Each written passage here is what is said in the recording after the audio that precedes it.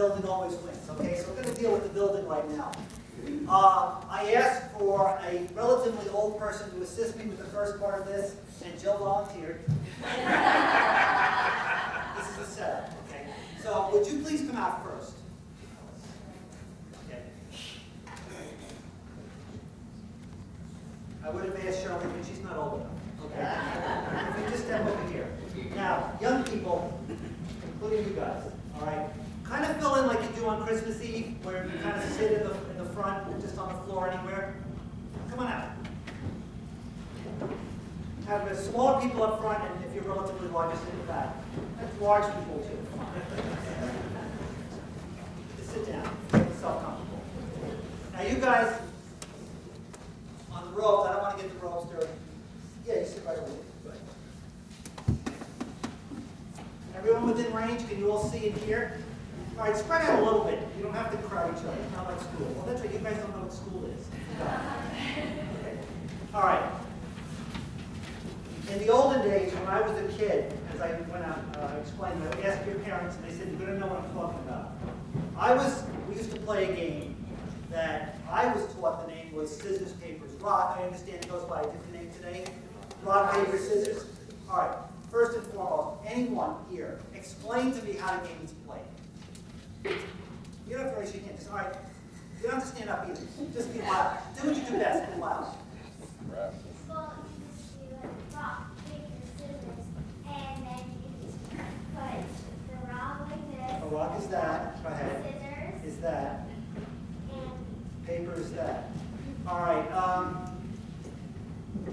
Mimi, what's the point of the game? I can't hear you. Oh, what we usually do when we decided something, so like 2 out of 3 wins, we basically like rock, beat, scissors. Yeah, because why does rock beat scissors? Crushes it, okay? Stronger? Yes. Thank you. Scissors beats paper because it cuts the paper. Stronger? And then paper beats rock because it covers rock. Okay. Now, let me explain to you the way we were taught it in my neighborhood, okay? It's probably what you were taught. I do not want you playing the game we taught it, but I will teach you how we were taught, okay? I asked for a volunteer. Okay.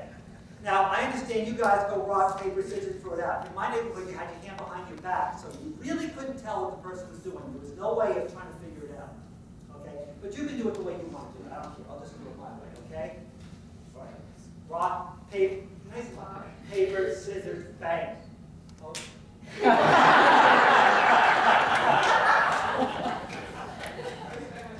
Yo, you're done. Did you all get that? yeah. In my neighborhood, the consequence for losing is you put your hand out and you got hit.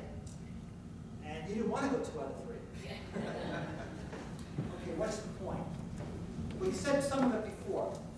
Each one of them is strong, but there's always something stronger than it, right? Is that right?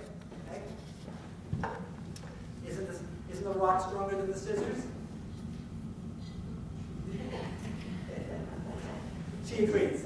That's a yes. I'll take that as a yes. Okay. And Ainsley, what happens to the rock? What's better than the rock? Paper. Because it covers it. Everything is strong, but everything has something else that's stronger. All right. I'm talking to you because this is part of the world that you guys live in school, but I'm going to let you know a little secret. It's also part of the world that your parents live as well. Unfortunately, there are different ways of showing how you're strong. Some people show they're strong by helping others. Some people show they're stronger by being nasty and bullying others. By saying mean things, by pushing, okay, by hitting. In the workplace, it doesn't quite get that bad, unless you're dealing with clergy. There are some stories I could tell you, but I'm not going to today, okay?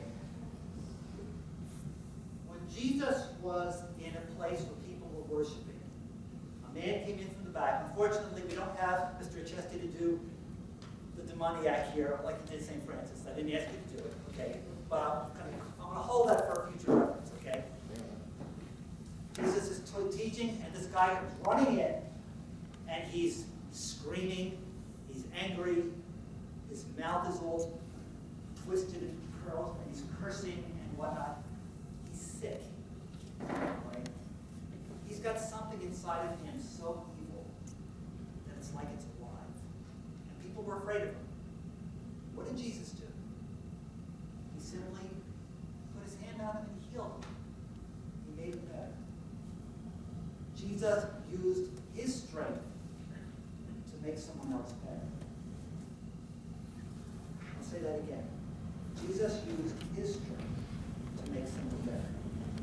When you get older, you're going to learn something about the power of love, and that's what love really does.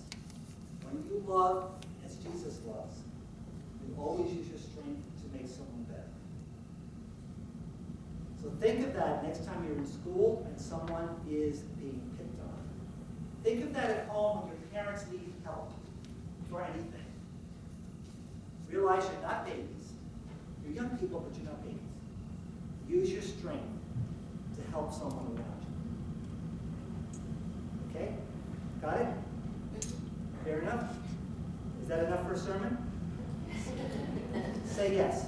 The adults are begging you. Say yes. Thank you. Okay, go back to me.